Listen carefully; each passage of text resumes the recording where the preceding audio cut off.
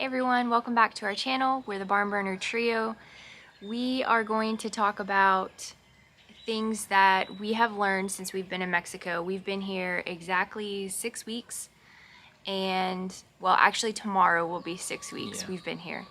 So we just wanted to talk about our experience so far and go over everything that we've learned since we've been in Mexico. Obviously, this is a new country for us. We're actually both from different countries. He's from Canada, I'm from the United States, and I've loved our experience so far as a whole. Like, I'm so happy here. I think that even if our visas don't go, or even if our visas get processed, we may still choose to live in Mexico. Like, we really like it, but it's still only been 6 weeks. Right. So we're just gonna recap our highlights of the 6 weeks and talk about things that we've learned since we've been here. We love the people here. They're so very kind and they're very patient with us. And that's been very important because, of course, we don't speak Spanish like super well and we're trying, but when it comes down to it, we're just not that great at it. But we are getting better. And it's been very helpful that everyone is so kind and patient, because it'd be very difficult if they were impatient, like is common when in the US. Yeah, that's true. I guess that's a big culture shock for me. I'm from the US and I'm not speaking for Cody, I'll let him speak, but I've been in, I grew up in Florida, and Florida to me is like, I imagine is like southern north because of all the snowbirds that come down, and that kind of aggression energy that's what Florida to me feels like. Is everybody's just super aggressive with everything that they do. And then I lived in North Carolina, which is, it's nice and sweet, but everybody's like backhanded mean. It's like passive aggressive comments like bless your little heart. So two different experiences in the US, and they were both nowhere near as nice as people have been in Mexico. Yeah. And I don't know for Canada. Canada, it's depends on, I guess, where you go. There are some places that are like very nice, but like then sometimes you get in places and it's just like a culture battle between the French and the English. And it's just it's very dependent on where you are. Even though Canada is known commonly as like a nice, I kind visited country. Canada. Everybody's nice there. They are. His family is so nice. Everything about Canada is really nice. That's just my humble opinion. And I only visited for a short time, but even the border people in Canada were just like super nice. So yeah, it's true. I mean, in comparison from the United States to Canada, it's very nice. It's just, I guess when I'm looking at it as a local, I know that some people are still not quite that nice. The next thing we wanted to talk about is the freedom. We've read our comments too, and that was a good way to explain how Mexico feels, and it does have a lot of freedom. The police here are not, I mean, and these aren't facts, so this is our experience. I just want to keep highlighting that because I'm not trying to say that's how it is everywhere or anything like that about Mexico. We're speaking about our experience in Mérida, and now we're in Chile. And the police have their lights on all the time. If they're just driving, if they're sitting there, if there's a police station, there's lights. And in my opinion, it's just to let people know that they're there if you need them. That's how it looks. The only time I see police with people like on the road is for if there's an accident, they're there, or if there's a checkpoint. And there's lots of checkpoints here. It's not intimidating. I think it's just more of they're just checking out what's going on. And it doesn't feel scary going through checkpoints. It's just it's common. That's how it feels so far, is that's what it is. Yeah. Generally, we don't have any problems going through them at all, so. Yeah, and it's usually our Uber drivers taking us through. It's not like us just driving through. It's our Uber drivers. We only went through one while we were driving to Chichen Itza. Yeah, and they waved us through.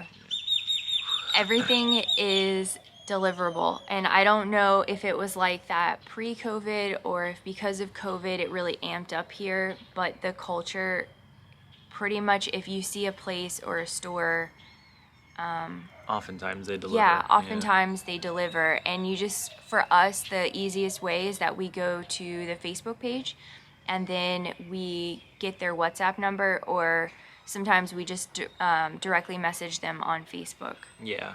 Sometimes the Google information is correct and we can like get in touch with them through that too, but often that either has missing information or it's just wrong. Everybody talks about Mexico being cheap. And while, yes, I think a United States income and a Canadian income will take you far, not everything is just cheap in Mexico. Yeah. Like, there are definitely food places that I would consider to be, expensive. And there's some things that we've noticed that just cost more money here that wouldn't cost money that much in America. So I think there's items that aren't really made that often, or I don't know, but some stuff that we need every now and then is actually too expensive. We just don't get it. Yeah. So it's, yes, I think more so like food, like a lot of food places are really affordable and you can get a lot of food for your money. But I kind of just want to stop the hype that Mexico is just like this really cheap place to live, because I don't think it's as cheap as everyone makes it out to be. And it probably is cheaper in like other towns too. So I'm just speaking from Merida to Cholem, and we found that Cholem is slightly cheaper than Merida. But speaking to that, there's a lot of great services that we do get for a lower, like for a cheaper price. And like yesterday we had our first experience with the lavanderia, and she actually came and picked our clothes up. We had 8 kilograms of clothes, sheets, towels, which translates to about 16 pounds. And total, it cost $7 for her to come pick our clothes up, wash them, and bring them back. Plus we tip. Right. So I think that that's pretty affordable. You don't have to go anywhere, and someone will come and pick up your laundry and bring it back to you. Like, that's an amazing service, in my opinion, because I will talk about it in a little bit, but washers and dryers aren't really common here. No, they're not. And so all the Airbnbs that we look at, basically, if you want a washer in your Airbnb, you're definitely going to pay a little more. And it's usually not a washer and a dryer. It's usually just a washer, and then you dry your clothes on a clothesline. Yeah. So, and I mean, that's fine. That's just something we've gotten used to. And I mean, I think it's great. I actually love the way my clothes feel and smell after hanging out in the sun for a few hours. So no complaints. Like, we're not complaining. We're just telling you our experiences and what we've learned and the differences, things that we've had to adapt to that we never even really gave two thoughts about before. Yeah. I mean, I have a clothesline back in Canada, and like we would use that in the summertime, but like it wasn't a year-round thing because winter you can't dry your clothes outside. It might be a little hard in Canada. Yeah, it doesn't work. Oh, another thing is that gas is pretty expensive. Like, it's pretty expensive. When we rented a car and we filled up, it was like, it ended up being like $40 US dollar, like 40 US dollars, and it was only 3/4 of a tank, and it was for like a Subaru sedan. Yeah. So a little pricey. Yeah, that was pricey. Also, people like in the United States, like in the north or something, it might not be as pricey to them, but I'm from the south in the United States, and so gas prices aren't generally that expensive. So that was a little bit of a shock. I wasn't expecting gas to be so expensive here, but it definitely is. Price of gas in Canada is similar. We pay per liter here in Mexico, and then it was per liter in Canada as well, and I'd say the price is pretty close. It's usually over $1 Canadian to pay for gas for a liter, which is very similar to here. Yeah, it was new for me. Yeah. That's another thing is that everything is in liters and in kilograms.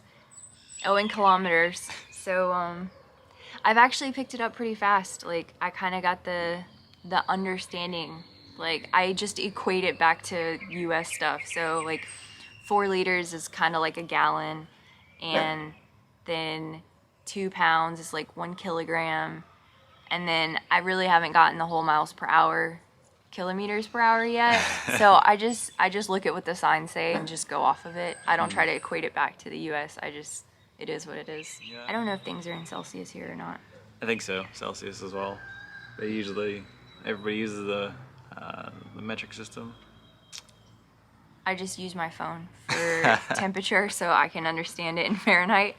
But after being with Cody for almost 2 years now, I always look at his Celsius so I can tell him what it is in Celsius, and then he can tell me what it is in Fahrenheit if we're talking about it. So that's something we've always just done for each other. So the water here is really beautiful. The ocean and the sand and everything, it's so pretty to look at. And it's like a nice blue-green color, which is like, I guess apparently what like ideally is the prettiest. I don't know how to say that. He hasn't really been to the beach Yeah. that much. Or at least like, I would say like the pretty style, Yeah. like society's standard of like a beautiful beach. Right. There's some muddy water from where I'm from, essentially. I grew up going to the beach all of the time. So I've seen like the Gulf, like the really pretty Gulf, the nasty Gulf, like the Blackwater Gulf, and the other side. I can't even think what the ocean is on the other side. The Atlantic? Yeah, the Yeah, Atlantic. the Atlantic.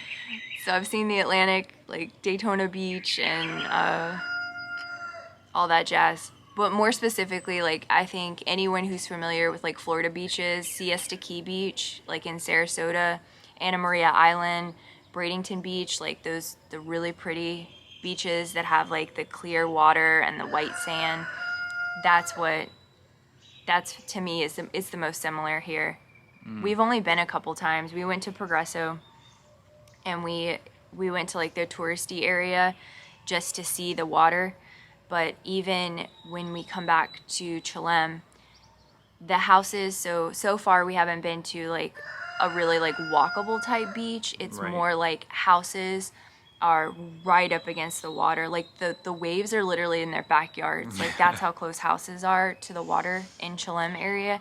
And so we've only seen that side of Chilem. We actually are getting some bicycles so we can discover a little more, a little better, so we don't have to order an Uber every time we need to go somewhere, and to get some exercise. Yeah. But we'll keep you posted on that. We've seen some areas that it looks like have really beautiful beaches, so we're gonna check those out and get some video footage Yeah. from there. Yeah. The food.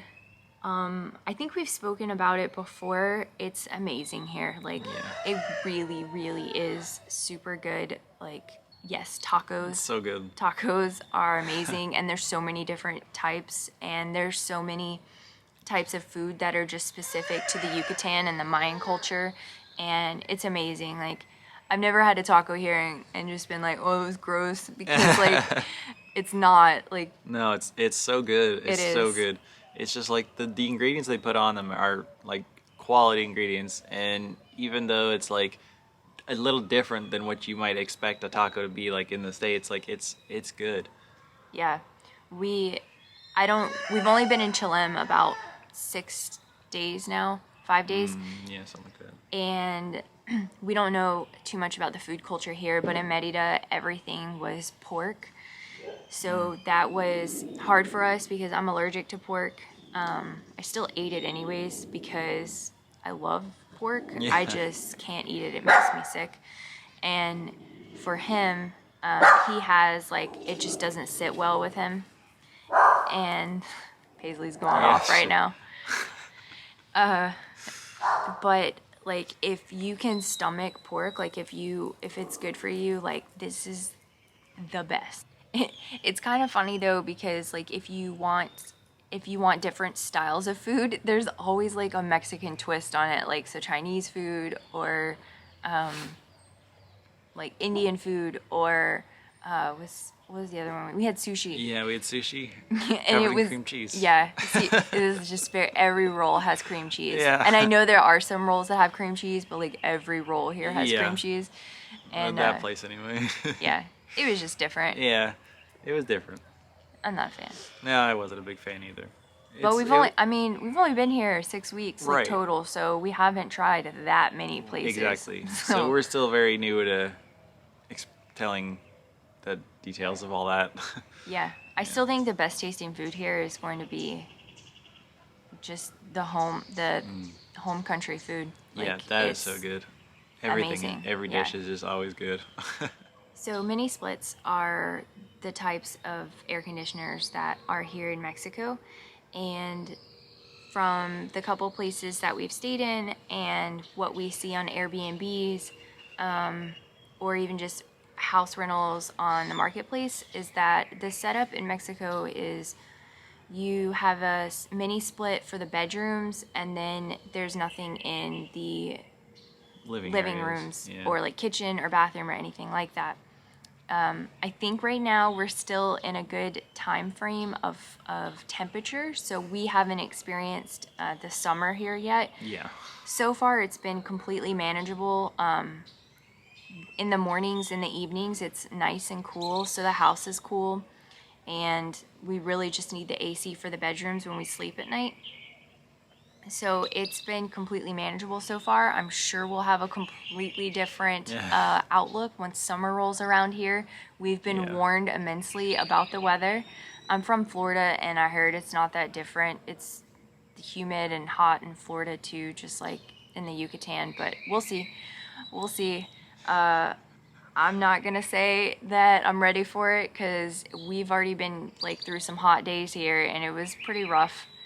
But the AC did take some getting used to because I'm so used to like full AC circulating through the whole house. Like as soon as you open a door, like you're just hit with AC. So this has been new for me, and I'm definitely used to it by now. Like it's actually not that bad, but it took some acclimatization for that. But I know Cody has a different story because he's from Canada, so AC isn't everything. And Yeah, usually we open a window when it gets hot. So, I mean, our summertime can be warm, but in general, it's cool most of the year. So AC's, we don't, even mini splits, we don't really have, like we have them, but they're actually used more for like heating in the wintertime to help supplement the cold.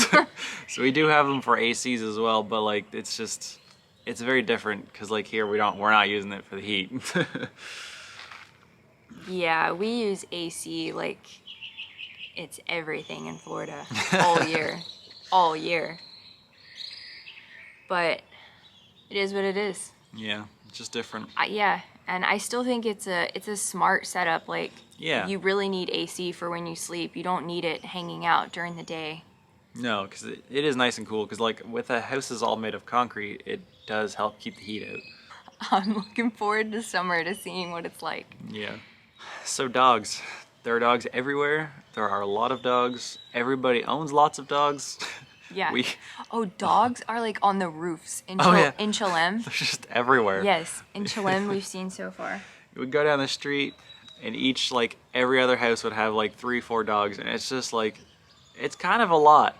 But they're on. Did I mention they're on the roofs? Like you literally are walking down the street, and then all of a sudden you have a direct barking at your like above your head. Yeah, which is it's kind of funny. There's probably like stairs or something And in the back. there's not like a guardrail for the dog either. They're just on the roof. Yeah, it's a bit. It's pretty cool. It is cool. I mean, I hope they don't get hurt. I hope so but too. It's pretty funny. Yeah.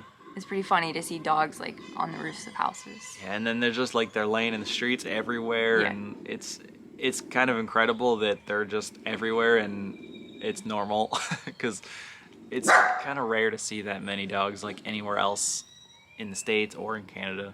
It's just not something you see. Yeah. But we're in a Facebook group, I think it's Merida Expats, and we read that a lot of people like work to keep the street dogs. Like I think they like help. Excuse me, sir. Thank you. I think they like, I'm not sure what they do, but I know they help out with the stray dogs, and they like collar them, and I think the different collars mean different things. Like they've either spayed or neutered them, or they've had their shots, or I'm not sure. But I do know, yes, there's a lot of dogs here, but I know that a lot of people help to like help them. Yeah. They're not just like dying and Yeah. sick. Well, It's not hopefully. really sad. Like I think the dogs just have like a normal daily routine, Yeah. and they go where they know there's food. And So we use Google Maps a lot because that's a really good way for us to like navigate in the US and everything. And when we came here, like we were still using it, and we still are using it, but a lot of information can be incorrect, and it's very important to know that, to not rely on it necessarily, and to try to back it up like with another source, like either Facebook or Googling or word of mouth or anything. I've added some information in spots where I know I have the information correct, so that's kind of helpful, but like it's very important not to rely on Google Maps here. It's great for directions, but not when you're looking for like business information or things like that. yeah, our best practice so far is if we see something that we're interested in, that we need to get something from, we pull it up on Facebook. Yeah. And we double check it. Facebook has been the best indicator that something is open and how to contact them. Usually the WhatsApp number is on there, and that's been our best practice so Yeah. far. All right, so our first video, or one of our first videos, we talked about how the Uber just driving, like riding with someone in Mexico, like the Uber drivers, it feels crazy. And honestly, it doesn't feel crazy anymore. Like I've gotten used to it so much. I've taken so many Ubers because I was going to the chiropractor twice a week. And honestly, I just get in, and it's like to me, it's like an amusement park ride, because I feel like the Uber drivers are way more aggressive too than like regular drivers. Like they want to get there. Yeah. And so I'm just like in the back seat, like in my head, like, yeah, buddy, go. We got this. Let's go. Like like I love it now. I just love the way they drive. Like I think we've only had one Uber driver that actually drove slow. Everybody else just like just weaves and takes off, and they don't care about the topes. No. Topes. Yeah, they don't care. They got this. Yeah. They got to get us to our destination, Right. and then they got to go pick somebody else up. Yeah. They just keep going. I don't find they're unsafe. It's just like just fast. Just fast. Yeah, I mean, it's only like every now and then that I'm like, is this dog gonna make it across the road? Yeah. Or like, are we going to hit this motorcycle? Like, Yeah. it's only every now and then that I feel like that. But honestly, like now it's just fun. So in our last place, we actually didn't have very good water pressure, and None. not really. I just want to point that out. No water pressure. Dribble. Yeah, it was quite slow, and I mean we're both used to like nice water pressure, and so when we didn't have water pressure, it did make it a little bit challenging or just time consuming to do things like washing dishes or taking a shower, because like just to wash soap off. And another thing is that the hot water. In our last place, we actually had like a heat as you go. It's just done by propane, and that's very common here. It's not the best system because it is dependent on how fast you put the water on. So if you wanted like fast hot water, it just didn't really keep up because it couldn't. But like here, we actually have like it seems like a hot water tank. We actually haven't seen it, but it's got a tank and we have hot water. We don't have to light it. Right. Like we don't have to turn the propane on to that get was, hot water. Right. I had to go out and turn the propane on in the last place. I never realized like how much I appreciated that kind of system until I didn't have it anymore. And it just works. Yeah, and it just works automatically. Like having hot water work automatically is just mind blowing now. After being, I mean, we were there for 5 Yeah, weeks. And yeah. so every time we needed hot water, we had to go and turn the pilot light up. So it's different. Yeah. And now we're here and we don't have to do that. And I'm just, Very thankful. you've probably heard the saying, don't drink the water in Mexico, but it's probably not for the reasons you've thought unless you've done some research on Mexico. The water itself is completely fine. It's the piping system can be dirty, and then that's what contaminates the water.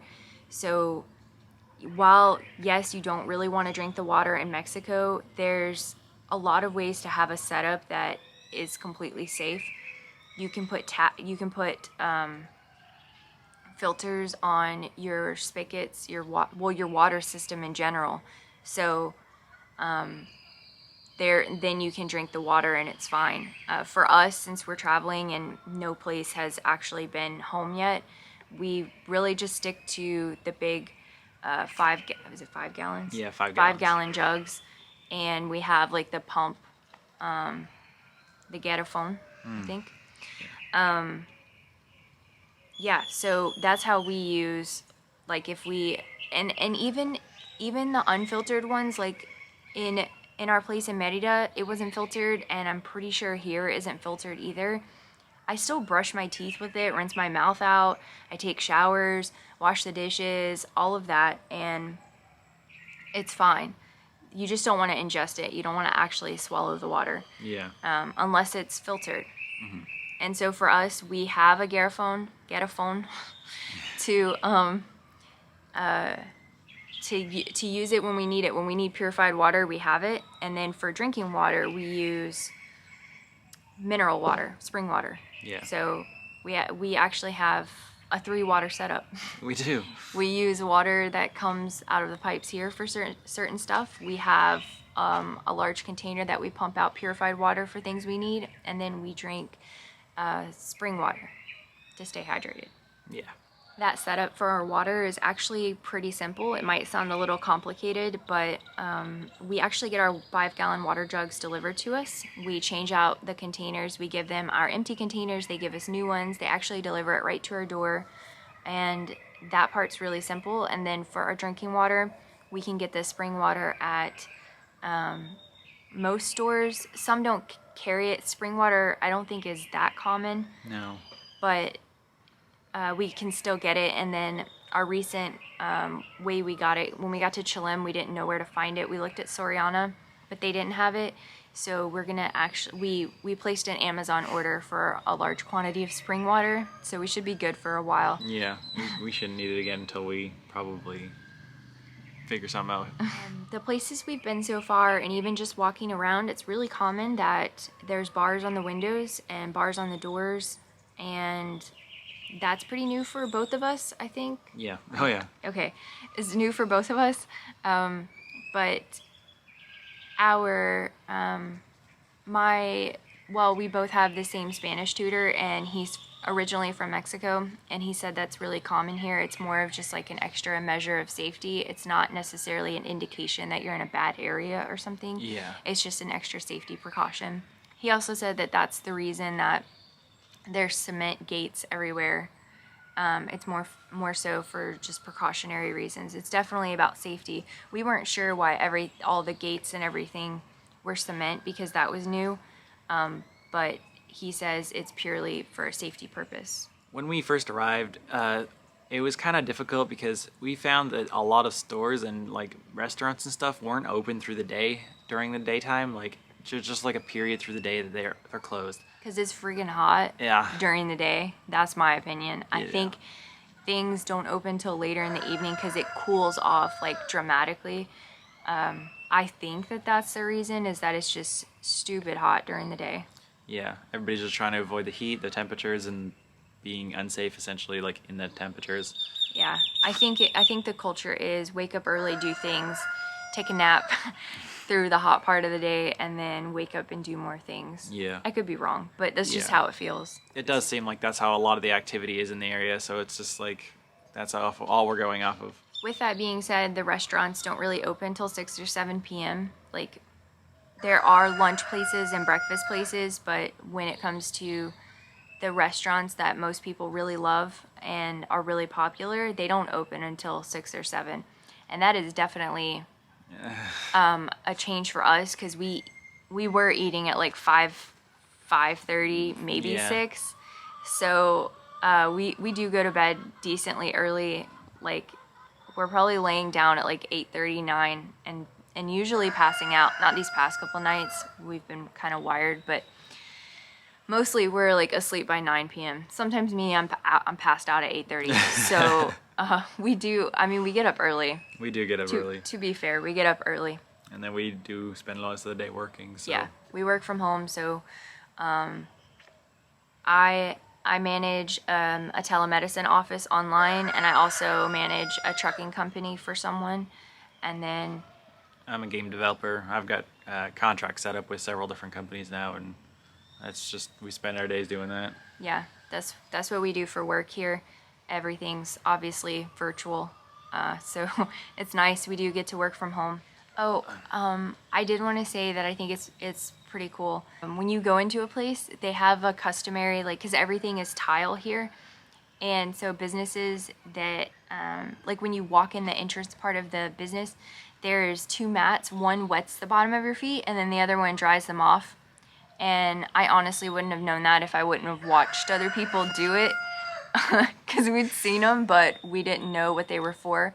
But it's really cool because it keeps the store, like, it keeps the floors and stuff cleaner. So Yeah. I know it's a little tidbit, but I don't know. I thought it was cool. It is really cool. I think it's also got to do with like sanitization. It's just like really good to keep like germs and stuff kind of like contained.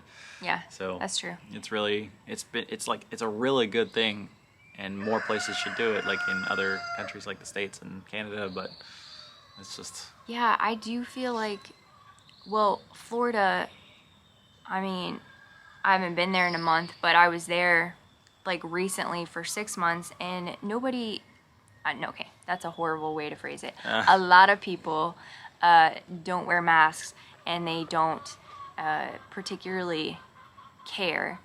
And here, that was a really nice culture shock, is that in Merida, there's someone at the door of pretty much every store, every restaurant, every even like small place that you walk into, like even small tiendas. mm-hmm. They have someone that's hand sanitizing, and they have someone that is doing the temperature. Some places even spray you down, and then you have the mats. But I don't know, they, like, safety level is definitely on a higher level than I was used to, which I love. I'm appreciative for. Yeah. Like, I'm sure these people at the front entrances, like, used to be for security and probably still are, but, like, it's also kind of like a nice, like, secondary bonus that they're also doing sanitization, because that's something that we do take seriously, too, and we appreciate it. Yeah, we really, really do. Trash comes 3 times a week. Here in Chilem, it's only twice, I think, Yeah, now. in our current place, yeah. Yeah, but in Merida, it was 3 times a week. Yeah. I mean, I don't know. I love that, because I hate when trash sits around Yeah. and it's decomposing, like on your back porch or wherever you keep your trash. So I love that. I think the reason for it is because a lot of places in Mexico, you can't flush the toilet paper down the toilet, so you have to actually throw it away. So because you probably have so much of that, I think that's the reason they come so often. I don't know, though. Somebody will probably tell us in the comments. Somebody probably knows, but that's kind of like our kind of like educated guess. Yeah. We're happy. We are happy. Yeah. We moved here to be together, not to come check out the sites. We really just wanted to start our life in Mexico. Yeah. It's not working out with our visas right now. We're still waiting on them. And I don't know. Even if they come back, we may still stay here. Like, there's so many things we love about Mexico. So that's what we wanted to share for right now, and we just wanted to give you guys an update about like everything that we were experiencing and how we were feeling about everything, and how everything can appear to like somebody from out of the country, and information, because that's kind of all this is all about, just sharing information that we have, and we want to make sure that we have the right information, but also that anybody else has these questions that maybe not everybody has answers for. So we just Yeah. wanted to help out. Yeah, we're just sharing our journey. Not really trying to do anything crazy, but No. just show you our mistakes and the things we love and what we've learned. And yeah, we're just here for the ride. That's it. It's Yeah. been great. Sorry for all the background noise. The place we just moved to has a bunch of turkeys and chickens, and then just obvious nature noise, and then Yeah. a little bit of our dog barking and.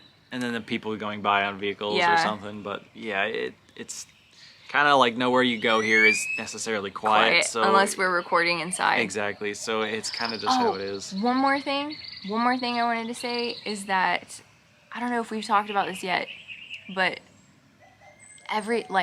okay. So there's so many people that drive by that are advertising Oh, or like have jeez. food on a truck, or like they're just talking about their actual store and they blast music, yeah. or They'll have a like there's speaker. somebody like on a speaker like speaking about what they have, or somebody's just walking by yelling out their food, or Oh. yeah, that's new for us. In Merida, in Los Héroes, it was very popular. Yes, either little carts or either in cars or vans or something. Yeah. And then here the other day, I actually just seen like a car going down the road and it had a speaker probably about the size of like the whole like interior That of the hatchback car? It was actually like just a regular sedan. Oh, okay. But it had like this massive speaker on the top, probably bigger than I was, and I was just like, oh man. And Yeah. like, you can hear it. It's very clear. You can be inside, all the windows closed, doors closed, and it sounds like it's in your living room, just like cranked up. Yeah. The advertisements here are pretty cool. Yeah. I like that. All right, well anyways, thanks for sticking our video out and watching us. We're the Barn Burner Trio. Our next video, we're gonna talk about how we moved to Chilem and what it's like here. We'll have our bicycles by then, so maybe we'll get some good footage of the beach and fishing. Yeah. Well, thanks for watching, everybody. Yeah, thanks for watching. And we'll catch you when we come back. Bye.